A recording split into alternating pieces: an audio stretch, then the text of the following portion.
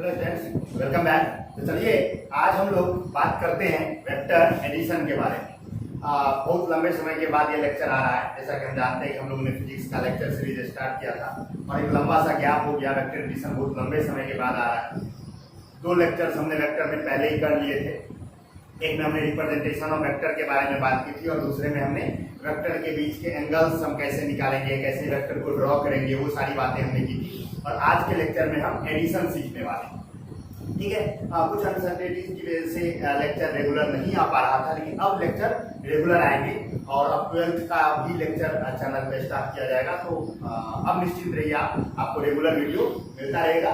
बस आप लोग इतना वेट करना पड़ा, इसके लिए सॉरी। तो चलिए शुरू करते हैं एडिशन। अब आप कहोगे सर एडिशन तो हम लोग बचपन से पढ़ते आ रहे हैं, एडिशन तो हम सभी को आता है ना। हम लोगों को क्लास 1-2 में सिखाया गया एडिशन, अब नर्सरी एलकेजी में भी सिखाया गया होगा। जो भी सिखाया गया, कभी कभी आपने जीवन में एडिशन सीखा। वो एडिशन और आज जो आप एडिशन सीखने जा रहे हो, दोनों में डिफरेंस है।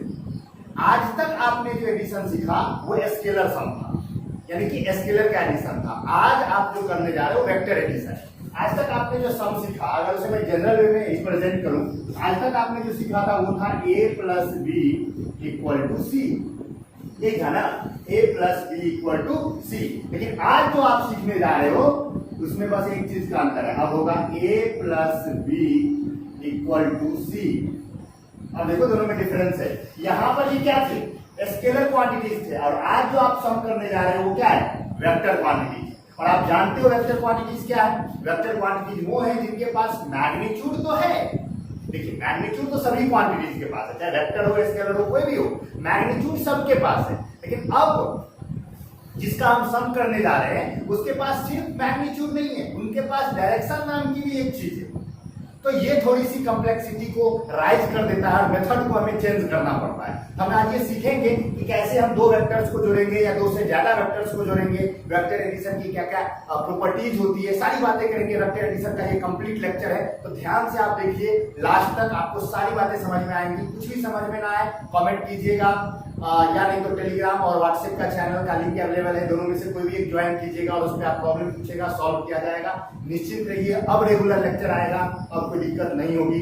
तो चलिए कंटिन्यू करते हैं। ठीक है, एक बात बताओ, हम लोग स्टार्ट करते हैं वहीं से जहां से आपने बचपन में जोड़ सीखा। याद कीजिए, आपने जो एडिशन सीखा था बचपन में नर्सरी एलकेजी में, क्या सिखाया था टीचर ने? टीचर ने सबसे पहले आपको नंबर लिखना सिखाया कि नहीं सिखाया? नंबर लिखना सिखाया। नंबर लिखना सिखाते थे, आप बोलते थे 65 लिखो, आप कहते थे 6 पर 5 65, ऐसे लिखते थे ना। और इसमें कहा जाता था चलो इसमें तुम 305 को ऐड करो।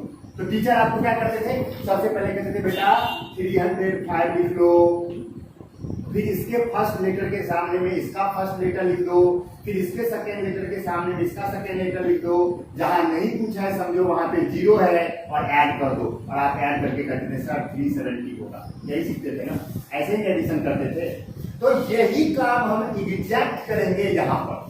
आपको मैंने वेक्टर ड्रॉ करना सिखा दिया, वेक्टर ड्रॉ करने सिखा दिया मतलब क्या? नंबर लिखना सिखा दिया।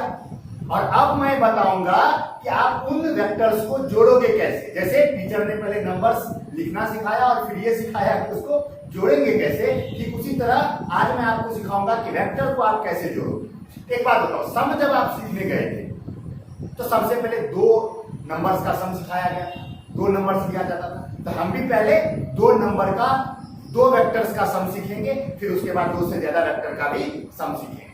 तो ध्यान से देखिए। चलिए ठीक है, देखिए वेक्टर एडिशन के लिए हमारे पास 2 लॉज हैं, जिन लॉज का यूज करके हम वेक्टर एडिशन करते हैं। पहला लॉ है ट्रायंगल लॉ। पहला लॉ क्या है हुआ? ट्रायंगल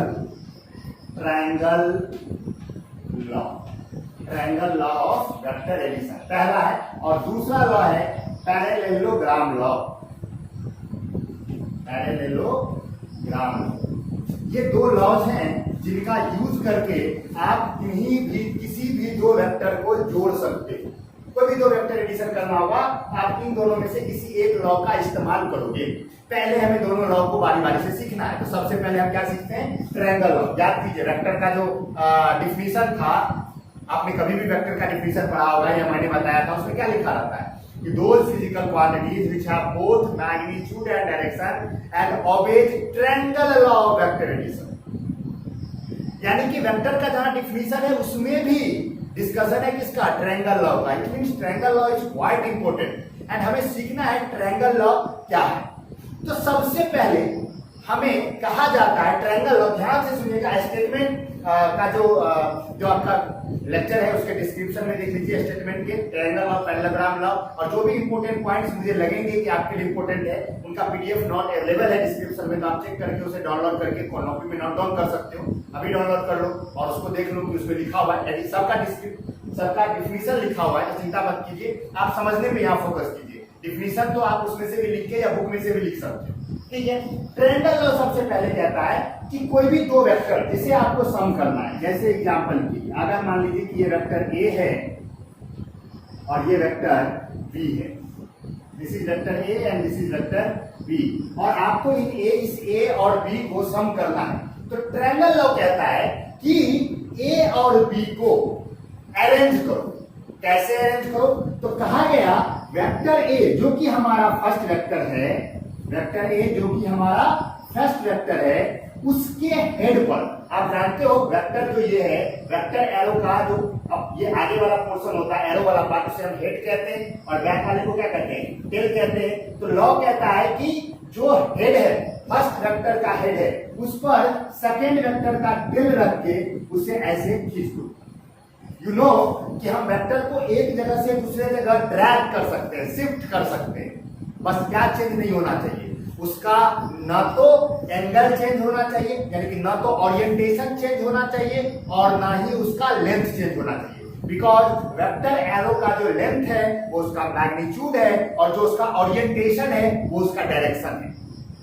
तो अगर आप लेंथ चेंज कर दोगे तो मैग्नीट्यूड चेंज हो जाएगा, और अगर आप ओरिएंटेशन चेंज कर दोगे तो डायरेक्शन चेंज हो जाएगा, और दोनों में से अगर कुछ भी चेंज हो गया तो आपका वेक्टर ही चेंज हो गया। जैसे आप एक बात बताओ, यहाँ पर जब टीचर आपको 65 प्लस 305 को ऐड करने को कहते थे तो आप लिखते वक्त 305 ही ना लिखते थे, 304 तो नहीं लिख देते थे, ये नंबर चेंज नहीं होने देते थे। तो वही बात है कि वेक्टर एरो को या वेक्टर को आप एक जगह से दूसरे जगह शिफ्ट कर सकते हो, लेकिन बस ध्यान इस बात का रखना है कि वेक्टर एरो का ना तो लेंथ चेंज हो और ना ही उसका orientation, because length represent magnitude and orientation represent direction. अगर दोनों में से कुछ भी चेंज हुआ तो वेक्टर ही चेंज हो जाएगा और वो हमें चेंज नहीं होने देना। तो ट्रायंगल लॉ कहता है कि एक वेक्टर के हेड पर, फर्स्ट वेक्टर के हेड पर दूसरे वेक्टर का टेल रखकर ड्रॉ कर दो। तो ये हो गया ड्रॉ, और कहा गया कि इसे एक ट्रायंगल में कन्वर्ट करो। तो ट्रायंगल में कैसे कन्वर्ट होगा, ट्रायंगल में तो 3 साइड्स होते हैं, यहाँ तो 2 ही साइड लिख रहा है, तो हम ट्रायंगल कंप्लीट करेंगे। यहां से देखिए मैंने एक तीसरा वेक्टर ड्रॉ किया और इसने ट्रायंगल को कंप्लीट किया, लेकिन लॉ कहता है कि जो आपने जो ड्रॉ किया, 2 साइड्स तो जो 2 वेक्टर थे वही 2 साइड्स थे, हमने जो ड्रॉ किया वो रिजल्टेंट होगा। जो मैंने ड्रॉ किया, जो आपने ड्रॉ किया वो रिजल्टेंट होगा, लेकिन शर्त यही है कि जो रिजल्टेंट होगा वो अपोजिट ऑर्डर में होगा। क्या होगा, अपोजिट ऑर्डर में। अब आप बोलोगे सर अपोजिट ऑर्डर का क्या मतलब है, अपोजिट ऑर्डर का मतलब है होगा कि जब हम जिन 2 को हमें जोड़ना होता है, जब ए बी को हमें जोड़ना था, हमने ए के हेड पर बी के टेल को रखा ना, ओरिएंटेशन ये सजाया ना कि ए के हेड पर बी के टेल को रखा, लेकिन जो रिजल्टेंट होगा ये, यानी कि ये हेड टेल में है, हेड पर टेल, तो हेड टेल ओरिएंटेशन में, लेकिन जो रिजल्टेंट होगा वो हेड टेल ओरिएंटेशन में होगा। यानी जो रिजल्टेंट होगा उसका टेल होगा फर्स्ट वेक्टर के टेल पर और उसका हेड होगा सेकेंड वेक्टर के हेड पर। दिस ड्रॉन वेक्टर, ये जो आपने वेक्टर ड्रॉ किया, this vector is resultant vector. ये वेक्टर क्या है आपका, रिजल्टेंट है, यानी ये ए और बी का सम है, ये ए और बी का क्या है, सम है। यही कहता है triangle law of vector addition. समझ गए, यानी कि यही कहता है क्या, triangle law of vector addition. I hope आपको triangle law of vector addition, triangle law of vector addition का अगर स्टेटमेंट आप देखोगे तो लिखा होगा कि when two vector taken in same order means head tail orientation, taken in same order represent the two sides of a triangle, then the third side of the triangle taken in opposite order represent the resultant of these two vectors. यानी दो vector को अगर आपने same order में रख के एक triangle के दो साइड्स को रिप्रेजेंट किया तो जो तीसरा साइड है वो रिजल्टेंट होगा। बस शर्त यही है कि वो क्या हो जाए, वो अपोजिट ऑर्डर में हो, यानी वो head head tail tail orientation में हो। ये बात बहुत याद रखने की चीज है। जिसे जोड़ रहे हो वो हेड हेड टेल ओरिएंटेशन में होगा और जो रिजल्टेंट होगा वो head head tail tail orientation में होगा। ये ट्रायंगल लॉ। आई होप आपको ट्रायंगल लॉ समझ में आ गया। ये ट्रायंगल लॉ। अब इसका फॉर्मूला आप लोग बाद में ट्राई करेंगे, लेकिन ट्रायंगल लॉ क्या है वो समझ में आया। ट्रायंगल लॉ क्या है समझ में आया। ओके, ट्रायंगल लॉ आपको समझ में आया। अब आपको कि सर पैरेललोग्राम लॉ क्या है। पैरेललोग्राम लॉ की अगर बात करो, अच्छा चलो पैरेललोग्राम लॉ पे जाने से पहले हम इस आर का फॉर्मूला डिराइव करते हैं। तो चलिए इसका फॉर्मूला डिराइव करते हैं। तो मैं इसे जरा सा इरेज करता हूँ, इसे फिर से बनाता हूँ। मैंने सोचा था कि पहले मैं दोनों लॉ रिप्रेजेंट कर देता हूँ, लेकिन ठीक है, पहले हम लोग जो है दोनों वेक्टर को ही देख लेते हैं। ये हमारा ए था, this is A vector and this is B vector, this is B vector and this is our resultant, this is our resultant vector, this is resultant vector which is equal to A plus B. I hope आपको ये समझ में आ गया।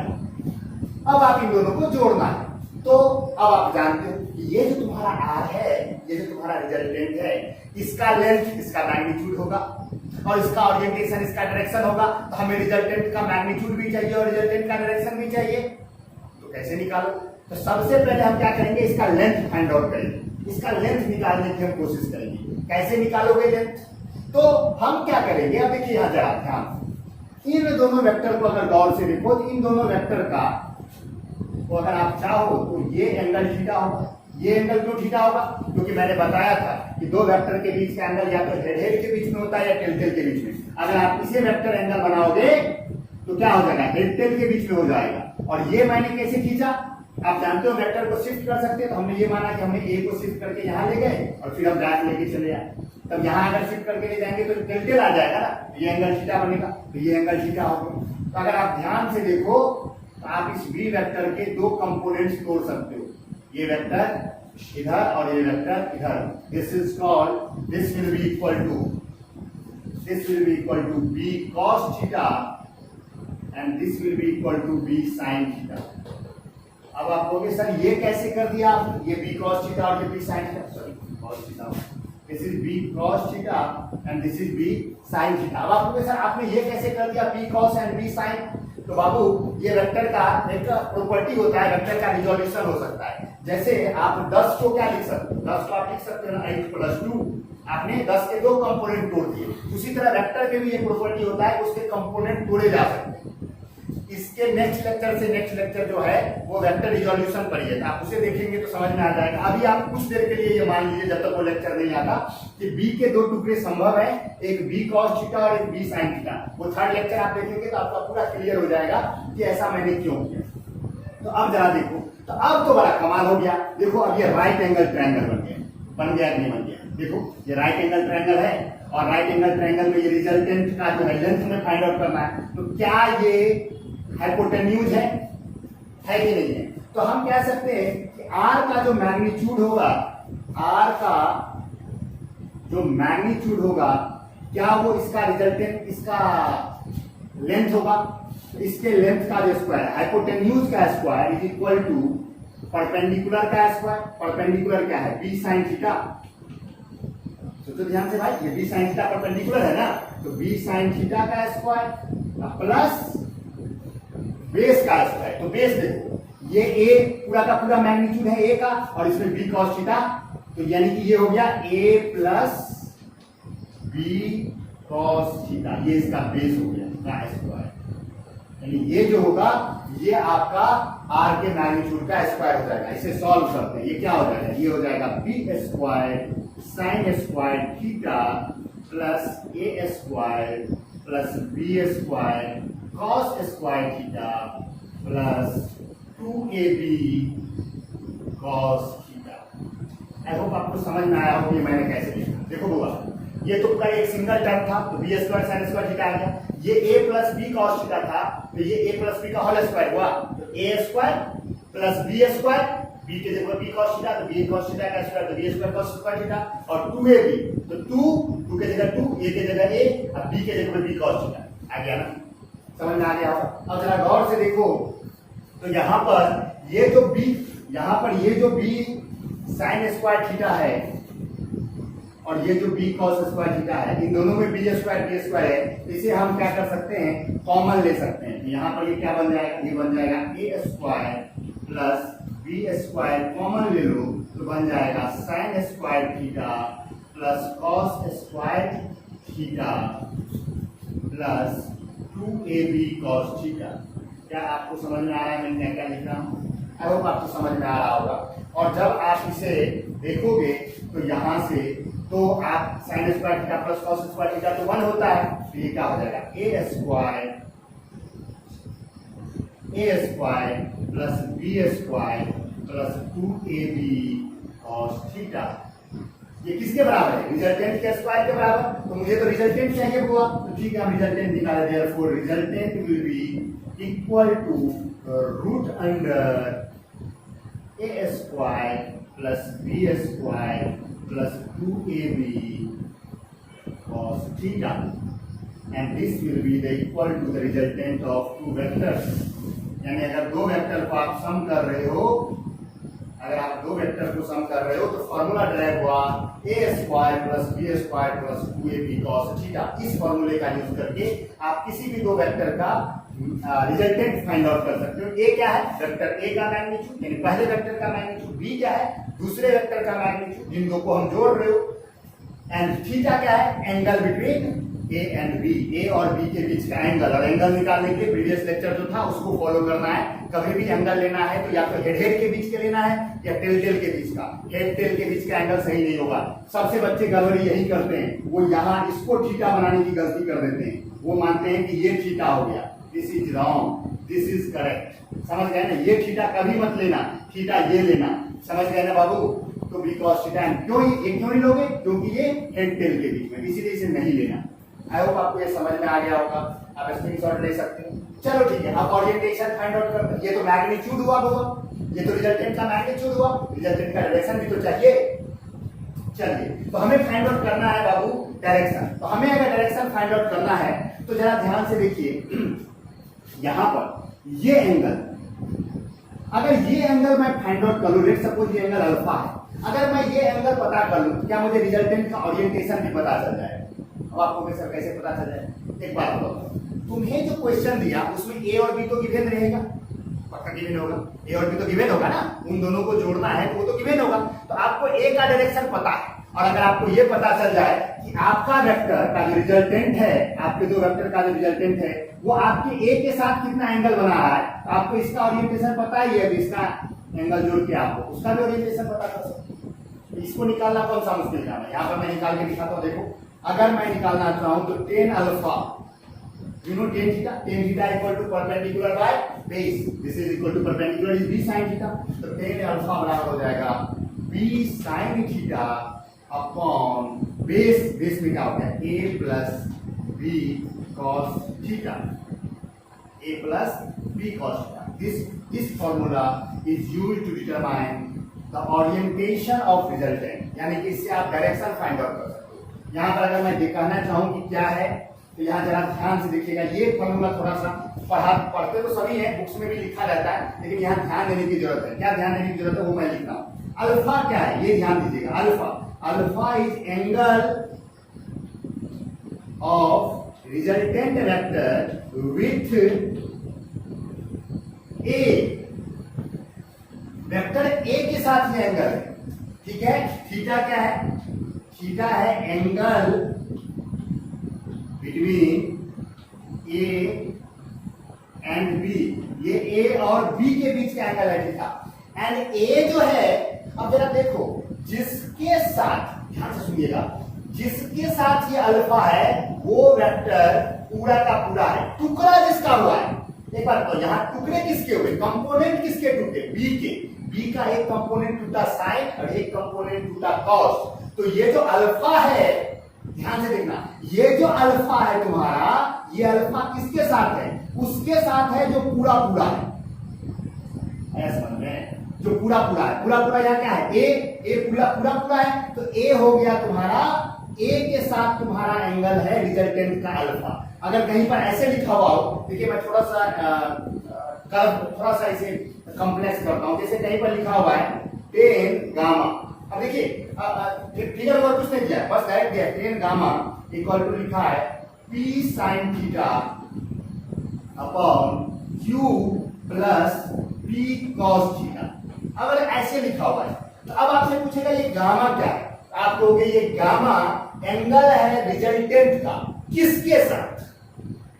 तो देखो यहां पर आपके पास दो वेक्टर्स हैं, P और Q को जोड़ा गया होगा, ये फिक्स है, लेकिन ये गामा जो है ये पक्का Q के साथ एंगल होगा। ये रिजल्टेंट का एंगल होगा Q के साथ, क्योंकि Q पूरा पूरा है। जो पूरा पूरा है, जिसके कंपोनेंट नहीं टूटे, उसके साथ एंगल है रिजल्टेंट का। ये याद कीजिए, ये छोटी सी बात, ये बहुत छोटी सी बात है, लेकिन ये इंपॉर्टेंट है। बच्चे अल्फा समझ जाते हैं, अल्फा है टेन अल्फा बराबर बी साइन थीटा अपॉन ए प्लस बी कॉस थीटा, लेकिन वो अल्फा किसका एंगल है? रिजल्टेंट का एंगल। किसके साथ? ए के साथ, क्योंकि बी के साइन कॉस में ना, तो ए के साथ। आया समझ में? अरे आया समझ में? और अगर आप देखो तो यहां पर अगर आप चाहो तो ये सारी बातें समझ में आ गया। और अगर आप यहां पर चाहो तो एक एंगल यहां भी बना सकते हो। आप कहोगे सर ये angle, this is angle of resultant with B, क्योंकि हेड हेड के बीच में जो एंगल बनता है, यहाँ डेल्टल के बीच में एंगल है, हेड हेड के बीच में जो एंगल बनता है, तो यहाँ क्या कह सकते हैं? Beta. This beta is angle of vector B with resultant. अब रिजल्टेंट है तो वो ए के साथ कुछ एंगल बनाएगा, तो बी के साथ भी तो कुछ एंगल बनाएगा। तो अगर आपको बीटा फाइंड आउट करना हो, आप यहां लिख सकते हो टेन बीटा, ध्यान से देखिएगा, tan beta is equal to, अब एक बात बताओ, एंगल किसके साथ है? बी के साथ। बीटा किसके साथ एंगल है? बी के साथ, तो बी पूरा पूरा होगा, कौन पूरा पूरा होगा? बी पूरा पूरा होगा, क्योंकि जिसके साथ एंगल होगा वो पूरा पूरा होगा, तो बी पूरा पूरा होगा, तो टूटेगा कौन? ए टूटेगा, A sine theta upon B plus A cos theta. I hope आपको फील आ गया होगा कि मैं ये क्या बोलने की कोशिश कर रहा हूं। यानी जिसके साथ रिजल्टेंट का एंगल आप फाइंड आउट कर रहे हो, वो वेक्टर कंप्लीट लेना। वो वेक्टर क्या करना है? कंप्लीट लेना। आई होप आपको ट्रायंगल लॉ समझ में आया होगा। ट्रायंगल लॉ क्या था कि सेम ऑर्डर में लेते हुए दो वेक्टर को हेड टेल ओरिएंटेशन में दो साइड्स बनाइए, तीसरा साइड आप ड्रॉ कीजिए, वो ड्रॉ जो होगा वो रिजल्टेंट होगा, और वो रिजल्टेंट होगा अपोजिट ऑर्डर में, यानी head head tail tail orientation में। और फिर उसका फॉर्मूला, ये फॉर्मूला याद रख सकते हो, और डायरेक्शन के लिए एक ये फॉर्मूला है और एक ये फॉर्मूला है। This is angle with A and this is angle with. I hope आपको ट्रायंगल लॉ समझ में आ गया हो। अब हम लोग देखते हैं क्या? Parallelogram law. तो चलिए बच्चों, अब शुरू करते हैं हम लोग क्या? Parallelogram law. देखिए ट्रायंगल लॉ हो गया, ट्रायंगल लॉ की हमने बात कर ली। अब हम बात करते हैं पैरेललोग्राम लॉ। तो पैरेललोग्राम लॉ की अगर हम बात करें तो पैरेललोग्राम लॉ क्या कहता है? पैरेललोग्राम लॉ कहता है कि अगर दो वेक्टर, ध्यान सुनिएगा, अगर कोई दो वेक्टर किसी पैरेललोग्राम के दो एडजेसेंट साइड्स हो, यू नो पैरेललोग्राम, पैरेललोग्राम एक रेक्टेंगल होता है। रेक्टेंगल इट मींस चार साइड वाला फिगर, चार साइड वाला क्लोज फिगर रेक्टेंगल कहलाता है। और पैरेललोग्राम एक रेक्टेंगल होता है जिसके अपोजिट साइड्स एक दूसरे के पैरेलल होते हैं। जिसके अपोजिट साइड्स एक दूसरे के क्या होते हैं? पैरेलल होते हैं, उससे हम पैरेललोग्राम कहते हैं। तो पैरेललोग्राम लॉ कहता है कि अगर कोई भी दो वेक्टर, ध्यान से देखिएगा, यहां पर जैसे मैं ड्रॉ कर रहा हूं, this is vector A and this is vector B, this is vector B. These two co-initial vectors, co-initial vectors means इन दोनों वेक्टर्स का इनिशियल पॉइंट एक ही जगह पर है, और ऐसे वेक्टर्स को आप क्या कहते हो? को-इनिशियल वेक्टर्स। तो अगर दो को-इनिशियल वेक्टर्स किसी पैरेललोग्राम के दो एडजेसेंट साइड्स हो, दो एडजेसेंट साइड्स यानी दो अगल बगल के साइड्स हो, तो आप इससे एक पैरेललोग्राम बना सकते हो, एकदम इजी वे में। पैरेललोग्राम बनाना कोई टफ टास्क नहीं है, आराम से बना सकते हो। देखो ये मैंने बना दिया पैरेललोग्राम, ये बन गया पैरेललोग्राम। थोड़ा सा गड़बड़ है, थोड़ा सा और सही करना हो। ये बन गया तुम्हारा पैरेललोग्राम। तो कहा जाता है कि अगर दो कोइनिशियल वेक्टर्स किसी पैरेललोग्राम के दो एडजेसेंट साइड्स को रिप्रेजेंट करता है तो उन दोनों कोइनिशियल वेक्टर का जो रिजल्टेंट होगा वो उस पैरेललोग्राम का वह डायगोनल होगा जो कॉमन पॉइंट से खींचा जाएगा। इन दोनों वेक्टर्स का कॉमन पॉइंट क्या है? ये है, देखो पैरेललोग्राम में दो डायगोनल बनते हैं। कोई भी पैरेललोग्राम हो, यहाँ पर मैं एक पैरेललोग्राम बना के दिखाता हूँ आपको। ये एक पैरेललोग्राम है, देखो एक डायगोनल ये बनेगा और एक डायगोनल ये, एक डायगोनल ये, एक डायगोनल ये। तो लॉ कहता है कि, ध्यान से सुनिएगा, लॉ कहता है कि अगर दो वेक्टर्स किसी पैरेललोग्राम के दो एडजेसेंट साइड्स हैं तो रिजल्टेंट जो होगा वो डायगोनल होगा। लेकिन कौन सा डायगोनल? पैरेललोग्राम में तो दो डायगोनल, तो वो डायगोनल जो कॉमन पॉइंट से खींचा गया हो, इंटरसेक्शन पॉइंट से खींचा गया हो। इन दोनों वेक्टर्स का कॉमन पॉइंट क्या? ये पॉइंट है ना? तो यहां से एक डायगोनल खींच दो, ये गया diagonal. This diagonal represent the resultant. This diagonal will be equal to R and this will be equal to A plus B. This is parallelogram law. Statement description में अवेलेबल है, PDF उसमें देखिए आपको मिल जाएगा। पर ये आपको समझना है, ठीक है? यानी अगर दो वेक्टर्स किसी पैरेललोग्राम के दो एडजेसेंट साइड्स को रिप्रेजेंट करते हैं तो उन दोनों का रिजल्टेंट जो होगा वो उनका उस पैरेललोग्राम का डायगोनल होगा जो उसके कॉमन पॉइंट से खींचा गया है। ये दोनों वेक्टर्स के इंटरसेक्शन पॉइंट से खींचा गया है। ये हो गया। और इसका अगर आप वैल्यू फाइंड आउट करना चाहो, let's suppose this is the angle between these two vectors, this is theta, this is theta and this ये एंगल है दोनों के बीच का। तो अगर आप देखो इसका रिजल्टेंट अगर आप फाइंड आउट करना चाहो, रिजल्टेंट का मैग्नीट्यूड, तो सेम टू सेम आएगा, चाहे लॉ कोई भी हो, रिजल्टेंट का फॉर्मूला तो वही देगा। अब आपको क्या सर कैसे वही देगा, दिखाइए। तो देखो बोगा, क्या ये b है तो क्या मैं इसे भी b मान सकता हूँ? आराम से मान सकता हूँ, क्योंकि ये जो वेक्टर है जितना लेंथ है उतना ही इसका भी लेंथ है, इसका जो ओरिएंटेशन है वही ओरिएंटेशन इसका भी है। क्या मैं इसे b मान सकता हूँ और इसे मैं a मान सकता हूँ? कोई दिक्कत नहीं। अब मैं चाहूँ तो इस b के दो टुकड़े कर सकता हूँ, एक टुकड़ा ये और एक टुकड़ा ये, जो मैं कर रहा था ट्रायंगल लॉ में अभी तुरंत मैंने किया था। This is angle theta. अब आपकी बात देखो, हॉरिजॉन्टल के साथ ये थीटा बना रहा था, ये भी थीटा बनाएगा, and this will be equal to b cos theta and this will be equal to b sin theta. और अब आप देखो, अब तो काम सेम हो गया ना, जैसा हमने प्रीवियस प्रॉब्लम देखा था सेम टू सेम वैसा हो गया। तो यहां भी अगर आप देखोगे तो रिजल्टेंट का फॉर्मूला वही निकल के आएगा। क्या निकल के आएगा? रिजल्टेंट का फॉर्मूला निकल के आएगा रूट अंडर, रिजल्टेंट के मैग्नीट्यूड का फॉर्मूला, हाँ मैग्नीट्यूड का फॉर्मूला निकल के आएगा root under a square plus b square plus 2ab cos theta.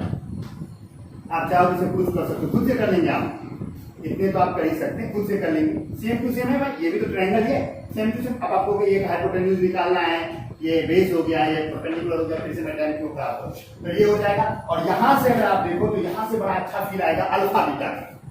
यहां से आपको अल्फा बीटा का फील बहुत सुंदर आएगा, क्योंकि ये देखो ये हो गया पहले वेक्टर के साथ इसका एंगल अल्फा और ये हो गया इसका दूसरे वेक्टर के साथ इसका angle beta, alpha and beta. और यहां से अगर मैं कहूं तो मैं यहां से अल्फा भी लिख सकता हूं और बीटा भी। 10 अल्फा बराबर क्या हो जाएगा? अब तो आप आंख मूंद के लिख सकते हो, क्या अल्फा किसके साथ एंगल है? a के साथ, तो हो जाएगा b sin theta upon a plus b cos theta. ये तो मैंने बता दिया ना। टुकड़े किसके करने? दूसरे वाले, पहले वाला जिसके साथ एंगल है उसके टुकड़े नहीं करने। तो ये 10 अल्फा हो गया, और आप चाहो तो 10 बीटा भी लिख सकते हो। 10 बीटा बराबर क्या हो जाएगा? 10 बीटा बराबर हो जाएगा a sin theta upon b plus a cos theta. कितना इजी है नहीं? अब जरा ध्यान से देखो, ये हो गए 10 अल्फा और 10 बीटा। ये है पैरेललोग्राम लॉ और ये है उसका डेरिवेशन। आप डेरिवेशन खुद से कर सकते हो, कोई दिक्कत नहीं है। कोई भी दिक्कत होगा तो कमेंट कीजिएगा, तो मैं फिर से वो समझाने की कोशिश करूंगा, मैं आपको भेज दूंगा। वैसे आपको समझ में आ गया होगा, मुझे यही लगता है। अब जरा यहाँ ध्यान से देखो, यहाँ मैं कुछ बातें और करना चाहता हूँ, थोड़ी सी बातें मैं आगे ले जाना चाहता हूँ, थोड़ा ध्यान से सुनिएगा। This is alpha. जरा इस फोटो को ध्यान से देखिए, इस फोटो को ध्यान में देखिए। कुछ इंपोर्टेंट पॉइंट्स मैं यहाँ से कंक्लूड कर रहा हूँ, कंक्लूडिंग रिमार्क है, थोड़ा ध्यान से देखिए। क्या मैं जो बातें लिख रहा हूँ उसे बस देखिएगा और उस फोटो को देखिएगा। क्या अल्फा प्लस बीटा जुड़ करके थीटा होगा? ध्यान देखिए, अल्फा और बीटा क्या जुड़ के थीटा होगा? बिल्कुल होगा। ठीक है, यानी ध्यान दीजिए, यानी जो रिजल्टेंट है दो वेक्टर का, दो कोइनिशियल वेक्टर का जो रिजल्टेंट है वो बीच से गुजरता है और दोनों के वेक्टोरियल एंगल को दो पार्ट में बांटता है। कितने पार्ट में बांटता है? दो पार्ट। ठीक है, अल्फा और बीटा। अब सवाल उठता है कि अल्फा बड़ा होगा कि बीटा बड़ा होगा? सवाल उठता है अल्फा बड़ा होगा कि बीटा बड़ा होगा? तो यहां पर आप सीधी सीधी बात समझिए होगा, सीधी सीधी बात समझिए। हमेशा जो रिजल्टेंट होता है, जो रिजल्टेंट होता है वो बड़े वाले वेक्टर के नजदीक होता है, यानी वो बड़े वाले वेक्टर की तरफ टिल्टेड होता है, उधर की ओर झुका हुआ होता है। एक बात बताओ, ध्यान से समझिएगा थोड़ा सा। आपने 5 + 13, 5 + 13 किया, आंसर आपको क्या मिला? 18। मैं तो पता है ना, 5 + 13 करोगे क्या मिलेगा? 18। एक बात बताओ, ये 18 किसके नजदीक है? 5 के नजदीक है या 13 के नजदीक है? ऑब्वियस है 13 के नजदीक है कि नहीं? है ना? तो यानी जो रिजल्टेंट होता है वो किसके नजदीक होता है? बड़े वाले के नजदीक होता है। यानी जो रिजल्टेंट होगा वो किसकी तरफ झुका हुआ होगा? बड़े वाले की तरफ। तो अगर मैं रिजल्टेंट हूं और मैं बड़े वाले की तरफ झुका हुआ हूं तो मैं बड़े वाले वेक्टर के साथ छोटा एंगल बनाऊंगा। आया? समझा होगा? यानी कि जो बड़े वाला वेक्टर है उसके साथ रिजल्टेंट छोटा एंगल बनाएगा और छोटे वाले वेक्टर के साथ बड़ा एंगल बनाएगा, क्योंकि अगर हम दूर हो गए तो एंगल बड़ा हो जाएगा। तो इसका मतलब यहां मैं कुछ बातें लिख रहा हूं, उसे ध्यान से समझिएगा। मैं ये कह रहा हूं कि अगर यहां पर मैं बातें लिख रहा हूं, ध्यान से लिखिएगा। If magnitude of A is greater than magnitude of B, अगर मैग्नीट्यूड ऑफ ए ग्रेटर होगा बी के साथ तो अल्फा किसके साथ एंगल है? ए के साथ। और बीटा किसके साथ एंगल है? बी के साथ। तो ए बड़ा है तो अल्फा छोटा है। Then alpha will be smaller than beta. कब? जब ए बड़ा होगा। अगर ए बड़ा होगा तो रिजल्टेंट उसके साथ छोटा एंगल बनाएगा, यानी थीटा में से अल्फा छोटा होगा और बीटा बड़ा होगा। ठीक उसी तरह मैं दूसरा बात यहां लिख सकता हूं, if magnitude of A is less than magnitude of B, let's suppose B बड़ा है, ए छोटा है, तो अब बी के साथ छोटा एंगल बनाएगा तो क्या हो जाएगा? बीटा छोटा हो जाएगा। किससे? अल्फा से। बीटा छोटा हो जाएगा किससे? अल्फा से। स्टेटमेंट्स ये बड़े इंपॉर्टेंट है। Then alpha will be less than, alpha will be greater than beta. और अगर तीसरा पॉइंट, इफ सारे पॉइंट्स हैं, सारे पॉइंट्स हैं। Third point, if magnitude of A is greater than equal to B, अगर ए और बी दोनों क्या हो? बराबर हो, तो अल्फा और बीटा भी क्या होंगे? बराबर होंगे। जब बराबर होंगे तो ये क्या हो जाएंगे? थीटा बाय 2 हो जाएगा। सोचिए, 2 टुकड़ों में बढ़ जाएगा। अरे आया समझ में? तो ये भी बात याद रखनी कि दो वेक्टर्स जब जुड़ते हैं तो उनका जो रिजल्टेंट होता है उनके इनिशियल पॉइंट के बीच में से गुजरता है और उनके वेक्टोरियल एंगल को दो पार्ट में बांट देता है। छोटे वाले वेक्टर को बड़ा पार्ट मिलता है, बड़े वाले वेक्टर को छोटा पार्ट मिलता है, क्योंकि रिजल्टेंट बड़े वाले की तरफ टिल्टेड होता है, उसकी तरफ झुका हुआ होता है। आई होप आपको ये समझ में आ गया हो। तो triangle law and parallelogram law दोनों आपको समझ में आ गया हो। पैरेललोग्राम लॉ का स्टेटमेंट क्या था मैंने बता दिया, ट्रायंगल लॉ का स्टेटमेंट क्या था मैंने बता दिया, डेरिवेशन मैंने समझा दिया। अब यहां से हम देखेंगे कुछ स्पेशल केसेस, तो चलिए अब हम देखते हैं कुछ स्पेशल केसेस। जैसा कि आप जानते हो हमने ट्रायंगल लॉ देख लिया, पैरेललोग्राम लॉ देख लिया, अब हम स्पेशल केसेस देखेंगे। स्पेशल केसेस में क्या? सबसे पहले हम लोग केस 1 देखते हैं। सबसे पहले हम केस 1 देखते हैं। केस 1 में क्या होगा कि अगर दो वेक्टर्स को आप सम कर रहे हो, if both vectors are parallel, अगर दो वेक्टर्स को आप सम कर रहे हो और दोनों वेक्टर क्या है? एक दूसरे के पैरेलल है, तब क्या होगा? तो यानी कि ये मान लो वेक्टर ए है और ये vector B, these both vectors are parallel to each other, अगर ऐसा केस होगा तो क्या होगा? एकदम सिंपल है भाई, पैरेलल के बीच में कितने का एंगल बनता है? क्या 0 डिग्री का एंगल बनता है? बनता है कि नहीं बनता है? तो यानी कि जो रिजल्टेंट है उसका देखो रूट अंडर क्या हो जाएगा?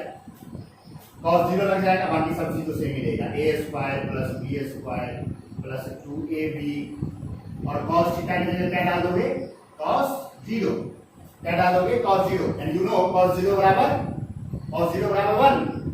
You know cos 0 equal to क्या होता है? 1 होता है। तो देयरफॉर रिजल्टेंट का मैग्नीट्यूड इक्वल टू ये हो जाएगा a² plus b² plus 2ab। ये मैंने cos 0 क्यों गायब कर दिया? cos 0 इक्वल टू 1 होता है, इसलिए मैंने यहाँ से cos 0 क्या कर दिया? गायब कर दिया। तो यहाँ पर देखो ये क्या बन जाएगा? Root under a plus b का होल स्क्वायर, क्योंकि a² plus b² plus 2ab क्या a प्लस b का होल स्क्वायर होता है।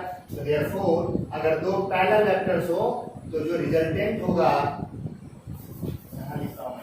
एंड दो पैरेलल वेक्टर्स हो तो उसका जो रिजल्टेंट होगा वो डायरेक्ट इक्वल हो जाएगा, उसका जो मैग्नीट्यूड होगा वो डायरेक्ट इक्वल हो जाएगा a प्लस b के, यानी a का मैग्नीट्यूड और b के मैग्नीट्यूड को डायरेक्ट क्या कर दो? सम कर दो, आपको क्या मिल जाएगा? मैग्नीट्यूड मिल जाएगा। यानी जब दो पैरेलल वेक्टर्स हो तो हमें कुछ करने की जरूरत नहीं है, सिंपल दोनों के मैग्नीट्यूड को हम क्या कर सकते हैं? सम कर सकते हैं। इसको ऐसे कर दीजिए, दोनों को डायरेक्ट सम कर देंगे। एंगल की अगर बात करो, एंगल कितना होगा? तो भाई यहाँ पर अल्फा भी 0 होगा और बीटा भी 0 होगा। अल्फा भी 0 होगा और बीटा भी 0 होगा। तुम कहोगे सर कैसे 0 कर दिया आपने? तो देखो क्या होता था, b sin थीटा, तो sin थीटा जो ही है तो sin थीटा की जगह पे 0 दोगे। फॉर्मूला तुम्हारे रिजल्टेंट का फॉर्मूला भाई अल्फा बराबर क्या था? अल्फा बराबर था b sin theta upon a plus b cos theta, यही था ना। और तुम्हारा बीटा बराबर क्या था? बीटा बराबर था a sin theta upon b plus a cos theta, यही तुम्हारा एंगल था ना। तो भाई देखो दोनों थीटा में साइन तो ऊपर में है ना, साइन थीटा ऊपर में है और साइन थीटा की जगह पे थीटा की जगह पे जो ही 0 डालोगे तो साइन 0 हो जाएगा, यानी अल्फा भी 0 और बीटा भी 0, यानी कि रिजल्टेंट का जो होगा वो किसके डायरेक्शन में होगा? वो भी पैरेलल होगा किसके? ए बी के, यानी उसी लाइन पर होगा जिस लाइन पर आपका वेक्टर्स। तो एंगल 0 और रिजल्टेंट के लिए सीधे a plus b। I hope आपको ये केस समझ में आया। अब हम लोग केस 2 देख सकते हैं। केस 2 में क्या होगा? केस 2 यहाँ देखते हैं, शॉर्ट में हम लोग तेजी में करते हैं। केस 2 की बात करो आप, केस 2 क्या हो जाएगा? केस 2 में एंटी पैरेलल, समझ गए? एंटी पैरेलल स्टेटमेंट सेम, बस एंटी पैरेलल। एंटी पैरेलल मतलब एक both vectors are anti parallel. अगर एंटी पैरेलल होंगे तो एक ए इधर होगा और बी किधर होगा? इधर होगा। देखो बी अपोजिट चला गया ना, ए इधर और बी इधर। तो अगर आप देखो आप कि कौन सा होगा, कितना होगा, नहीं होगा, तो चलो ठीक है यहाँ देखते हैं।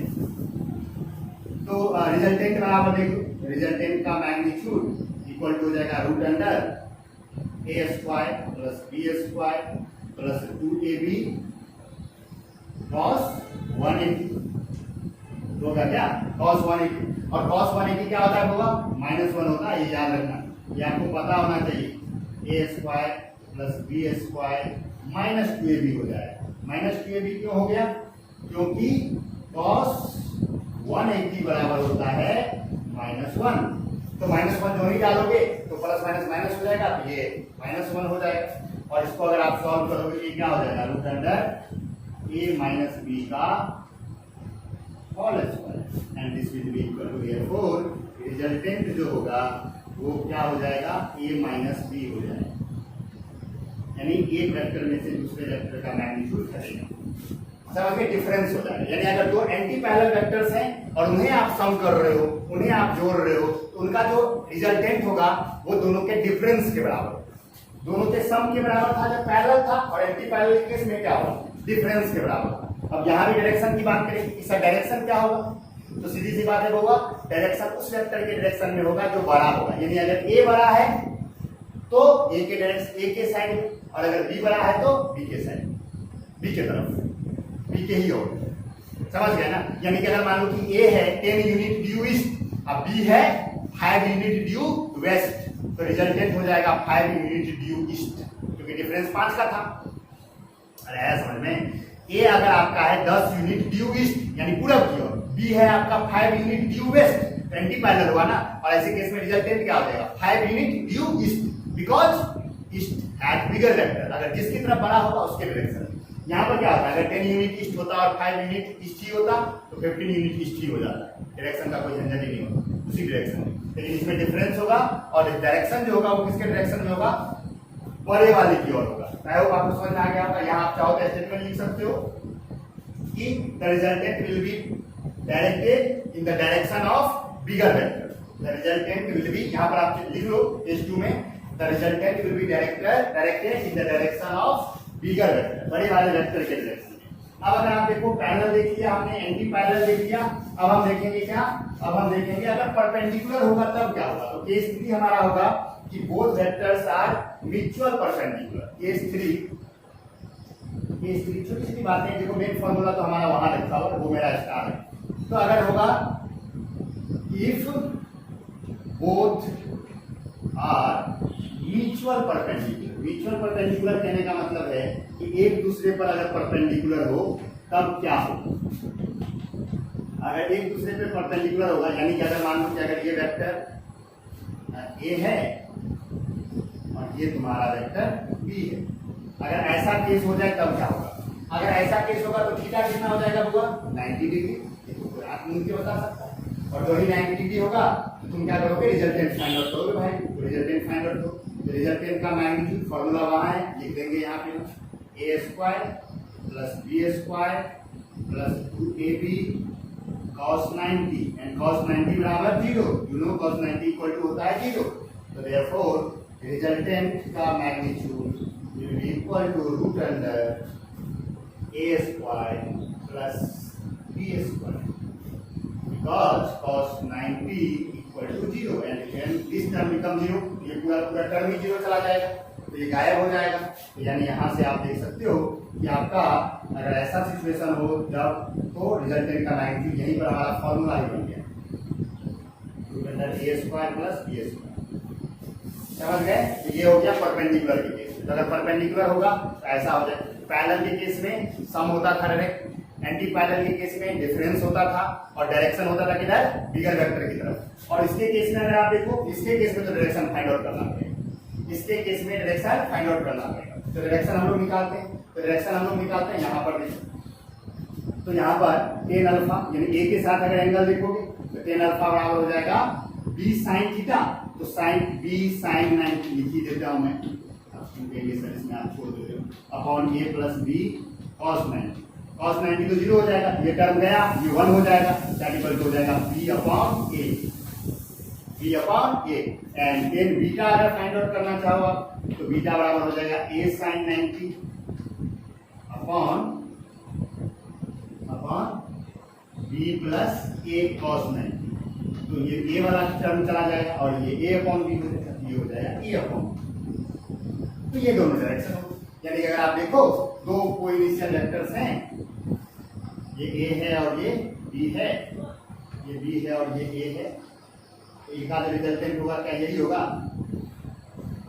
होगा कि नहीं होगा। और ये हो गया तुम्हारा क्या अल्फा और ये हो गया तुम्हारा बीटा। तो सोच के देखो, इसके सामने में ये बी हो गया और इसके सामने ये ए हो गई, तो सोच के देखो, इसके सामने का परपेंडिकुलर बेस, इसके सामने का परपेंडिकुलर।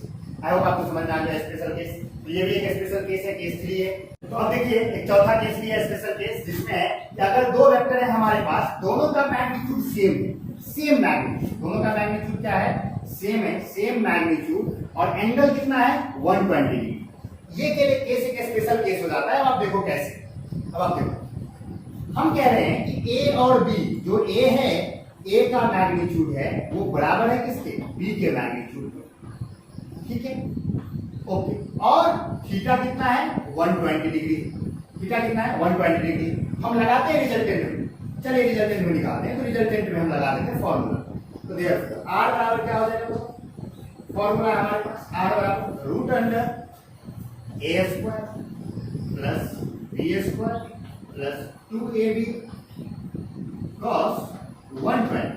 लेकिन एक बात बताओ, क्या ए बी बराबर है? तो आप चाहो तो ए को बी से रिप्लेस कर सकते हो या बी को ए से रिप्लेस कर सकते हो। तो मैंने क्या किया, बी को ए से रिप्लेस कर दिया, तो ये अंदर में क्या हो जाएगा, ये हो जाएगा ए स्क्वायर प्लस ए स्क्वायर। अरे भाई बी को ये बना सकता हूं ना मैं, और प्लस 2 फिर ए स्क्वायर, क्योंकि ए बी बराबर है तो मैंने बी को फिर ए बना दिया 2 ए स्क्वायर। और cos 120 होता है आपका, cos 120 हो जाता है -1/2। ये याद रखिएगा, जो cos 120 होता है वो होता है -1/2। समझ गए? तो यहां से देखिए, तो ये 2 क्या इस क्यूब को ले जाएगा और ये माइनस साइन क्या इस प्लस को माइनस में कन्वर्ट कर देगा, तो ये क्या हो जाएगा रूट अंडर ये ए स्क्वायर मिलके हो जाएगा 2a स्क्वायर और माइनस ये माइनस साइन आ जाएगा और ये ए स्क्वायर बच गया, ए स्क्वायर बच गया। क्या ये रूट अंडर यानी कि रूट अंडर क्या ये ए स्क्वायर बच गया, यानी क्या ये ए हो गया। अरे बड़ा कमाल हो गया भाई। कमाल क्या हो गया जरा देखो, मैं यहाँ लिखता हूँ कमाल दिखेगा। कमाल ये हो गया कि जो आपका रिजल्टेंट है उसका भी मैग्नीट्यूड ए के मैग्नीट्यूड के बराबर हो गया। यानी कि आपने दो नंबर को जोड़ा लेकिन रिजल्टेंट बढ़ा ही नहीं।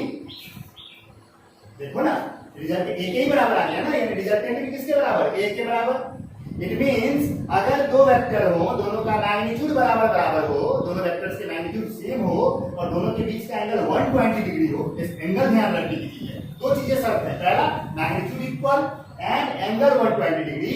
तो जो रिजल्टेंट होता है वो भी उसी मैग्नीट्यूड का होता है जिस मैग्नीट्यूड का ए भी था, यानी रिजल्टेंट का मैग्नीट्यूड ए के बराबर। और आप चाहो इसे लिख सकते हो बी के बराबर, भाई ए तो बी तो बराबर है ना, आप इसे लिख सकते हो बी के बराबर। यानी रिजल्टेंट बढ़ा ही नहीं, यानी 10 यूनिट को आपने 10 यूनिट में जोड़ा, 10 और 10 जोड़ा और वो मिलके 10 ही हो गया। अब आप कहोगे सर ऐसा कैसे हो सकता है, ये तो गणित के नियम के खिलाफ है। बिल्कुल स्केलर के खिलाफ है, लेकिन वेक्टर चलेगा। कैसे चलेगा, क्योंकि ये ऐसे तो नहीं लिख सकते, मैंने एग्जांपल में लिखा, ऐसे कभी मत लिख देना भाई, मास्टर पीट देगा या कोई कहेगा गधा है क्या, ऐसे नहीं लिखना है। लेकिन मैंने ये कैसे लिखा, मैंने वेक्टर की तरह लिखा कि दो वेक्टर है, दोनों का मैग्नीट्यूड 10-10 है, मैग्नीट्यूड दोनों का 10-10 है और दोनों का रिजल्टेंट भी 10 आ रहा है। ये कब होगा, जब दोनों के बीच का एंगल 120 डिग्री। तो दो वेक्टर्स अगर इक्वल मैग्नीट्यूड के हैं और दोनों के बीच का एंगल 120 डिग्री है, दोनों के बीच का एंगल 120 डिग्री है, तो रिजल्टेंट का मैग्नीट्यूड किसके बराबर होगा, उन्हीं दोनों वेक्टर्स के बराबर होगा। और एंगल की अगर बात करोगे, अगर एंगल की बात करोगे तो भाई एंगल में तो आप जानते हो जब मैग्नीट्यूड इक्वल हो जाते हैं तो जो रिजल्टेंट होता है, जब मैग्नीट्यूड बराबर होते हैं तो जो रिजल्टेंट होता है वो कहां से निकलता है, ठीक बीच से निकलता है। यानी अगर मान लो कि पैरेललोग्राम बना के मैंने दिखा रहा हूं, क्योंकि दोनों अल्फा बीटा दिखाने में इससे ठीक रहता है।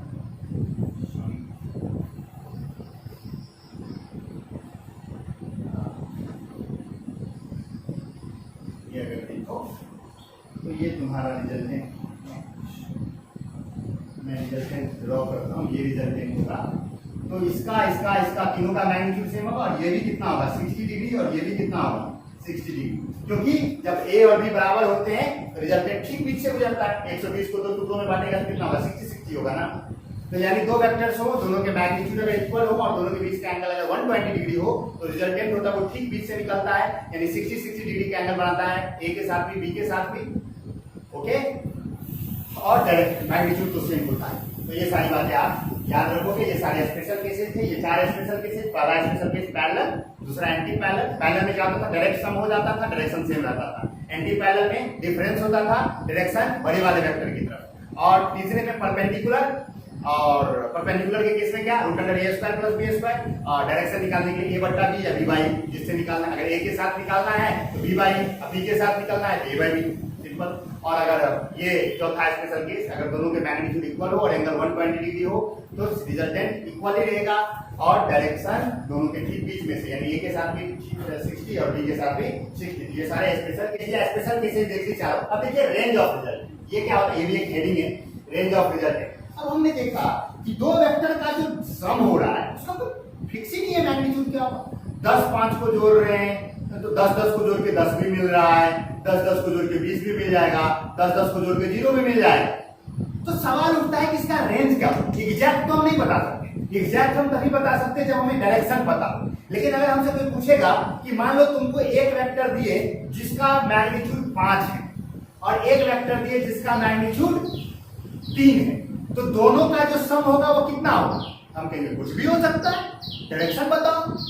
लेकिन आपसे कहा जाएगा कि नहीं, रेंज बताओ, कितना से कितना के बीच में होगा, यानी किससे अधिक नहीं हो सकता, किससे कम नहीं हो सकता, इसी को रेंज कहते हैं। तो दो वेक्टर का जो रेंज ऑफ रिजल्टेंट होता है, रिजल्टेंट किन दो के बीच में होगा, तो अगर आप देखोगे तो जो रिजल्टेंट होता है, ध्यान से देखिएगा, वो मैक्सिमम तब देता है, एक बात हमेशा याद रखिएगा, मैक्सिमम तब देगा, एक बात बताओ, इस फॉर्मूला को देखो, यही है ना फॉर्मूला तुम्हारा, a square plus b square plus 2ab cos theta. ध्यान से देखना, इसमें क्या a कांस्टेंट है? बिल्कुल कांस्टेंट है। क्या b कांस्टेंट है? बिल्कुल कांस्टेंट। अरे ab का मैग्नीट्यूड है ना, तो कांस्टेंट है, मैग्नीट्यूड तो कांस्टेंट है। 2 कांस्टेंट है, a कांस्टेंट है, b कांस्टेंट है, वेरिएबल क्या है? थीटा। ये थीटा के बदलने से ही सब चीज गड़बड़ होगा। तो सवाल उठता है कि जब थीटा मैक्सिमम होगा, यानी हम यहां पे लिखेंगे कि व्हेन cos थीटा मैक्सिमम, तो रिजल्टेंट भी क्या होगा? मैक्सिमम होगा कि नहीं होगा? और when cos theta is minimum, तो रिजल्टेंट भी क्या होगा? मिनिमम। सीधी सी बात है भाई कि जब cos थीटा में, क्योंकि बाकी सब चीज कांस्टेंट है, a b सब तो कांस्टेंट है, बस cos थीटा ही वेरिएबल है, तो जब cos मैक्सिमम होगा तो रिजल्टेंट मैक्सिमम होगा। ये बात तो समझते हो ना, वेरिएबल में अगर टर्म में देखो तो सब चीज कांस्टेंट है, बस एक ही चीज है cos थीटा जो कि वेरिएबल है। तो यानी cos मैक्सिमम तो रिजल्टेंट मैक्सिमम, cos मिनिमम तो रिजल्टेंट मिनिमम। तो cos मैक्सिमम होगा कितना पे? अब आप जानते हो cos थीटा मैक्सिमम कब होता है? जब थीटा बराबर होता है 0 डिग्री। 0 डिग्री पे 1 देता है, cos का मैक्सिमम वैल्यू क्या है? 1, और cos का मिनिमम वैल्यू क्या है? -1। तो 1 किस पे देता है? 0 डिग्री, और -1 किस पे देता है? 180 डिग्री पे। तो cos थीटा मैक्सिमम होगा जब थीटा 0 होगा, और ये मिनिमम होगा जब 180 होगा। यानी पैरेलल के केस में मैक्सिमम, एंटी पैरेलल के केस में मिनिमम। और पैरेलल के केस में आप जानते हो क्या होता है रिजल्टेंट? a प्लस b, जब थीटा 0 होगा, यानी ये किसके बराबर हो जाएगा? a प्लस b के बराबर, और मिनिमम होगा किसके बराबर? a माइनस b के बराबर। तो यानी कि हम यहाँ देख सकते हैं रेंज हम लिख देंगे क्या? तो अगर आप देखो तो जब थीटा मैक्सिमम होगा तो आपका जब cos थीटा मैक्सिमम होगा रिजल्टेंट मैक्सिमम, और मैक्सिमम है a प्लस b, यानी जो आपका रिजल्टेंट है वेक्टर, दो वेक्टर के सम का जो रिजल्टेंट है वो हमेशा छोटा होगा किससे? या बराबर हो सकता है किसके? a प्लस b के, और बड़ा होगा किससे? a माइनस b से, या उसके बराबर ही हो सकता है। तो ये हो गया रेंज ऑफ रिजल्टेंट, ये हो गया आपका range of resultant. a plus b से छोटा या उसके बराबर, या नहीं तो a माइनस b से बड़ा या उसके बराबर, इससे अधिक रेंज नहीं होगा। यानी अगर आप तुम कहते हो कि हमारा a वेक्टर का मैग्नीट्यूड 5 है और हमारे b वेक्टर का मैग्नीट्यूड 3 है, तो रेंज क्या होगा? तो रेंज 8 से लेके और 2 के बीच में कुछ भी हो सकता है, यानी सम और डिफरेंस के बीच में कुछ भी। आया समझ में? 8 से लेकर के कहां तक? 8 से लेके कहां तक? 2 तक। समझ में आया? 8 से लेके 2 तक। 8 कब आया? जब 0 डिग्री पे होगा तो 8 आएगा, और जब 180 डिग्री पे होगा तो 2 आएगा। 180 डिग्री पे आएगा तो क्या होगा? 2 आएगा। अरे आया समझ में? और एक बात हमेशा याद रखना कि अगर कभी किसी वेक्टर का मैग्नीट्यूड निगेटिव आ जाए, ध्यान से सुनना, अगर किसी दो वेक्टर को मैंने जोड़ा, जैसे सपोज करो, लेट सपोज, तो मैं कहता हूं जरा ध्यान से देखिएगा, मैं कुछ लिख रहा हूं, अब देखिएगा, मैंने कहा वेक्टर a बराबर हमारा है 5, सॉरी मैं एडिट क्यों लेता हूँ, 10 ले लेता हूँ, 10 ड्यू ईस्ट। मेरा वेक्टर a है 10 ड्यू ईस्ट, और मेरा वेक्टर b है 7 ड्यू वेस्ट। 7 due waste. तो तुम कहोगे सर रिजल्टेंट क्या होगा? तो रिजल्टेंट तुम क्या दोगे? अगर मैं कहूं तो रिजल्टेंट तुम कहोगे सर डिफरेंस देंगे तो 3 होगा, और किसकी तरफ? बड़ा कौन है? ईस्ट वाला, तो 3 ड्यू ईस्ट होगा, नहीं होगा।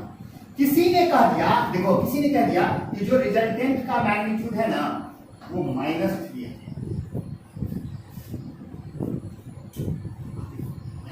तुमको सर मैग्नीट्यूड माइनस, वो लिखना गलत है। कभी भी मैग्नीट्यूड निगेटिव नहीं होता है, हमेशा याद रखो। अगर कोई वेक्टर निगेटिव में आ रहा है तो उसके डायरेक्शन की वजह से आ रहा है। अगर तुमने यहाँ पर निगेटिव कब आएगा? अगर तुम वेस्ट को पॉजिटिव ले लो। लेट्स सपोज तुमने कन्वेंशन में मान लिया कि वेस्ट को हम पॉजिटिव लेंगे, तो तुम्हारा 7 पॉजिटिव है और 10 तुम्हारा नेगेटिव है, तो तुम्हारा रिजल्टेंट -3 आ जाएगा। समझ लो?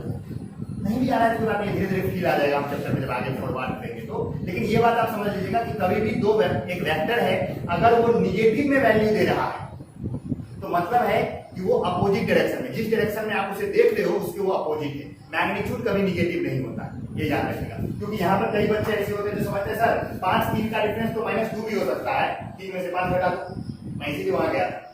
तो मैं कहूँगा नहीं होगा, -2 रिजल्टेंट कभी भी वो मैग्नीट्यूड नहीं है। मैग्नीट्यूड कभी भी निगेटिव नहीं होता है, वो हमेशा पॉजिटिव होता है। कभी भी फिजिक्स में जब भी कभी आपको मैग्नीट्यूड निगेटिव में दिखने लगे तो आप समझ जाइएगा कि वो मैग्नीट्यूड निगेटिव नहीं है, कुछ और फैक्टर होगा। जैसे कई बार वर्ग निगेटिव आ जाता है, क्लास 9 में आपने पढ़ा था वर्ग निगेटिव आ जाता है, तो वहां पर वो भी आता है डायरेक्शन की वजह से। निगेटिव जब भी आएगा, कुछ भी निगेटिव आएगा, वो डायरेक्शन का खेल हो जाएगा। मैग्नीट्यूड कभी निगेटिव नहीं होता। आ गया तो यहाँ पर आप -2 में लेंगे तो रेंज आप क्या कर दोगे, यानी ए और बी का जो रिजल्टेंट का रेंज होगा वो क्या होगा, 8 से छोटा होगा या 8 के बराबर हो सकता है, और 2 से बड़ा होगा या 2 के बराबर हो सकता है। आई होप आपको रेंज समझ में आ गया। तो ये रेंज है, इसको आप नोट डाउन कर सकते हो कॉपी में, स्क्रीनशॉट लेके रखते चलिए सबसे अच्छा। और अगर आप बात करें रेंज समझने के बाद हमारे सामने में है कि देखिए वेक्टर एडिशन जो है, अब आप जानते हो एडिशन के लिए 2 लॉ होता है मैथ में, commutative law and associative law. पढ़ा है क्या, commutative law and associative law? तो वेक्टर एडिशन भी कम्यूटेटिव और एसोसिएटिव लॉ को ऑबे करता है। किसको ऑबे करता है, कम्यूटेटिव और एसोसिएटिव। कम्यूटेटिव क्या होता है, कम्यूटेटिव कम्यूटेटिव लॉ, अगर आप कम्यूटेटिव लॉ को देखो तो क्या होता है, कम्यूटेटिव लॉ कहता है कि a plus b is equal to b plus a, यानी आप a में b को जोड़ो या b में a को जोड़ो, कोई डिफरेंस नहीं है, दोनों सेम ही बात है। समझ गए? और एसोसिएटिव लॉ क्या कहता है, associative law,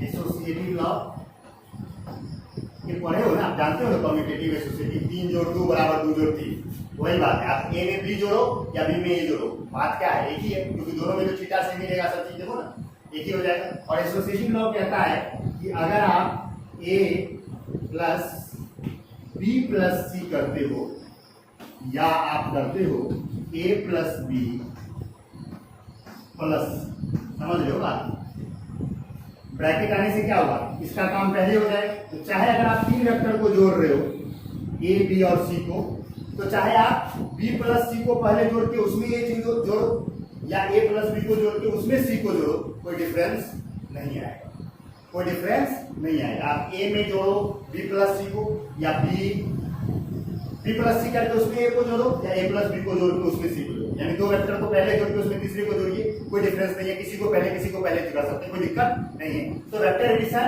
ऑबेज commutative and associative law, statement आप लिख सकते हो, vector addition obeys commutative and associative law, ये याद रख लीजिए, उसमें भी लिखा रहता है, समझोगे पढ़ोगे तो सारी बातें समझ में आ जाएंगी। अब इसके बाद फाइनल पॉइंट इस टॉपिक का, वेक्टर एडिशन कंप्लीट कर रहे हैं तो इसे हम फाइनल टॉपिक में करते हैं। फाइनल टॉपिक क्या है, पॉलीगोनल लॉ, पॉलीगोन लॉ, ये है आखिरी टॉपिक, पॉलीगोन लॉ।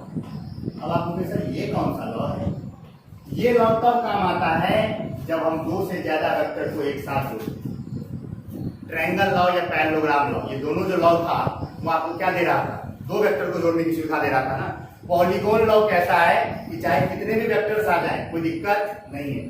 क्या कहता है ये लॉ, ये कहता है कि जितने भी वेक्टर्स को आपको जोड़ने हैं, 2 3 5 10 50 जितने वेक्टर हैं, सबको क्या कीजिए, हेड टेल ओरिएंटेशन में सजा दीजिए, यानी पहले वेक्टर के हेड पर दूसरे वेक्टर का टेल, दूसरे वेक्टर के हेड पर तीसरे वेक्टर का टेल, तीसरे वेक्टर के हेड पे चौथे वेक्टर का tail, and so on, continue करना है। समझ गए? जैसे लेट सपोज हमारे पास 4 वेक्टर है एबीसीडी, मैं यहाँ ड्रॉ कर रहा हूँ, समझने की कोशिश कीजिए। ये हमारा वेक्टर ए है, ये हमारा वेक्टर बी है, ये हमारा वेक्टर सी है और ये हमारा वेक्टर डी है, ये हमारा वेक्टर डी है। ये 4 वेक्टर्स को हमें सम करना है। देखिए मैंने चारों वेक्टर्स को क्या किया, हेड टेल ओरिएंटेशन में रखा। देखो ए के हेड पे बी का टेल, बी के हेड पे सी का टेल, सी के हेड पे बी का टेल ऐसे। तो ये हमने कर दिया 4 वेक्टर्स थे। अगर एक और होता मान लो ई भी होता तो ये ले लो ई, अगर मान लो ई है ई भी वेक्टर खींच दिया मैंने। और अब हमें चाहिए रिजल्टेंट। तो फिजिक्स कहता है कि बउआ जो रिजल्टेंट होगा पॉलीगॉन लॉ कहता है वो फर्स्ट वेक्टर के टेल से लास्ट वेक्टर के हेड तक होगा। ये है तुम्हारा रिजल्टेंट जो कि सम है किसका ए बी सी डी और ई। समझ गए बात? यानी पॉलीगॉन लॉ कहता है if you add a number of vectors then arrange all vectors in head-tail orientation and the resultant will be the vector drawn from the tail of first vector to the head of last vector। बीच में जितने हो कोई मतलब नहीं, बीच में 100 आ जाए कोई दिक्कत नहीं। रिजल्टेंट हमेशा हेड टेल टेल ओरिएंटेशन में होता है, ये याद रखना। कई बार आपको पिक्चर दे देगा और आपको डायरेक्ट कहेगा कि रिजल्टेंट को पहचानो, रिजल्टेंट को पहचानो। तो रिजल्टेंट पहचानने का एक ही तरीका है कि आप क्या करोगे, जो हेड टेल टेल ओरिएंटेशन में होगा वही क्या होगा आपका रिजल्टेंट होगा, वही आपका क्या होगा रिजल्टेंट होगा। पॉलीगॉन लॉ का स्टेटमेंट देखिए, नोट में लिखा हुआ है, पीडीएफ है उसमें आपको पॉलीगॉन लॉ का स्टेटमेंट मिल जाएगा।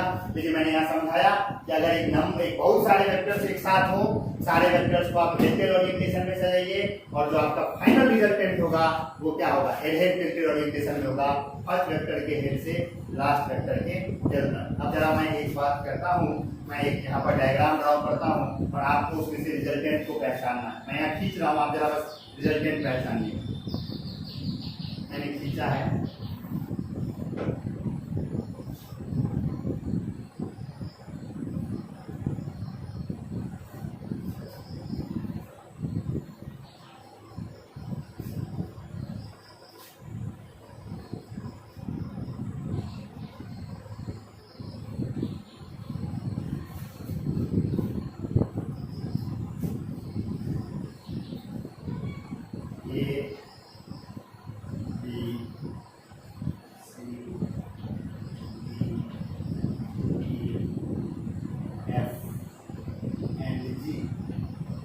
यहाँ पर आपको 1 2 3 4 5 6 7 वेक्टर दिख रहे हैं। इसमें से आपको बताना है कि कौन सा वेक्टर रिजल्टेंट है और कौन सा ये है। एक बात बताओ, मैंने क्या बताया था, जो रिजल्टेंट होगा वो हेड टेल टेल ओरिएंटेशन में होगा। जरा यहाँ चेक करते हैं, ये टेल पर हेड है, हेड पर टेल है, यानी ये तो भाई रिजल्टेंट नहीं होगा। बी को देखते हैं, हेड पर टेल है, हेड टेल है, यानी ये भी रिजल्टेंट नहीं होगा। सी को देखते हैं, हेड टेल, ये भी नहीं होगा। हेड टेल टेल, अरे वाह, टेल टेल हेड, यानी ये ई जो है क्या वो टेल टेल हेड ओरिएंटेशन में है। जरा यहाँ देखो, एफ को देखो, टेल टेल हेड टेल, यानी यहाँ पर यानी ये जो ई वेक्टर है उसका ओरिएंटेशन देखिए। यहाँ जी को देखिए, हेड टेल, यानी ये ई जो है वो टेल टेल हेड ओरिएंटेशन में है। तो जो तुम्हारा ई वेक्टर हो गया, यहाँ जो तुम्हारा ई वेक्टर हुआ ये तुम्हारा रिजल्टेंट हो गया। ई वेक्टर बराबर हो गया A plus B plus C plus D plus F plus, ये सबका सम हो गया। क्यों सम हो गया? क्योंकि वो हेड टेल टेल ओरिएंटेशन। ऐसा समझ में पॉलीगॉन लॉ यही कहता है, समझ गए? पॉलीगॉन लॉ का यही है मेन, इसमें रिजल्टेंट फाइंड आउट करना। रिजल्टेंट हमेशा किस ओरिएंटेशन में होता है? हेड टेल टेल ओरिएंटेशन में होता है। तो ये सारा आपको पॉलीगॉन लॉ भी समझ में आ गया होगा। अच्छा, अगर एक बात देखो, फिर मैं एक और ड्रॉ करता हूं। कई बार ऐसा होता है, ये देख लो जरा सा,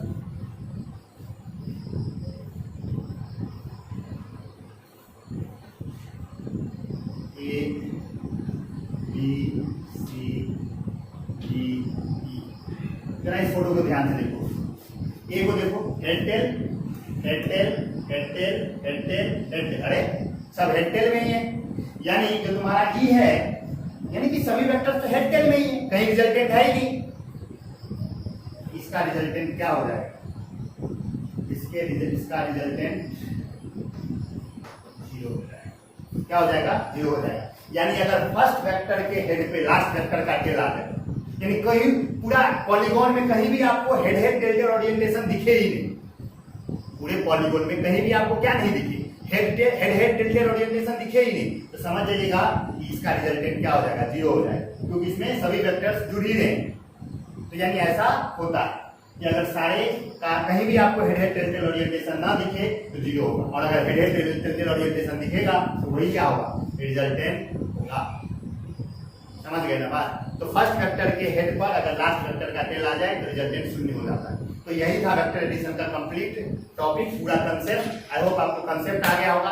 नेक्स्ट लेक्चर जो होगा उसमें हम वेक्टर एडिशन से जुड़े न्यूमेरिकल्स करेंगे।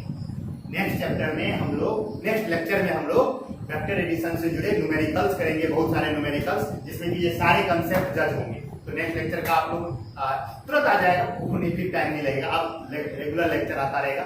तो नेक्स्ट लेक्चर में हम लोग वेक्टर एडिशन पे जुड़े हुए न्यूमेरिकल्स करेंगे, उस लेक्चर पे बात करेंगे हम लोग। आज आप आई होप आपको बड़ा अच्छा लगा होगा, सारी बातें समझ में आएंगी, वेक्टर एडिशन का कंप्लीट डाउट क्लियर हो गया होगा। उस पर हम लोग अब बात करेंगे नेक्स्ट लेक्चर में, जिसमें आएगा वेक्टर एडिशन पे जुड़े हुए न्यूमेरिकल्स। तो मिलते हैं हम लोग नेक्स्ट लेक्चर में, जिसमें हम न्यूमेरिकल्स डिस्कस करेंगे। See you soon, bye bye, take care.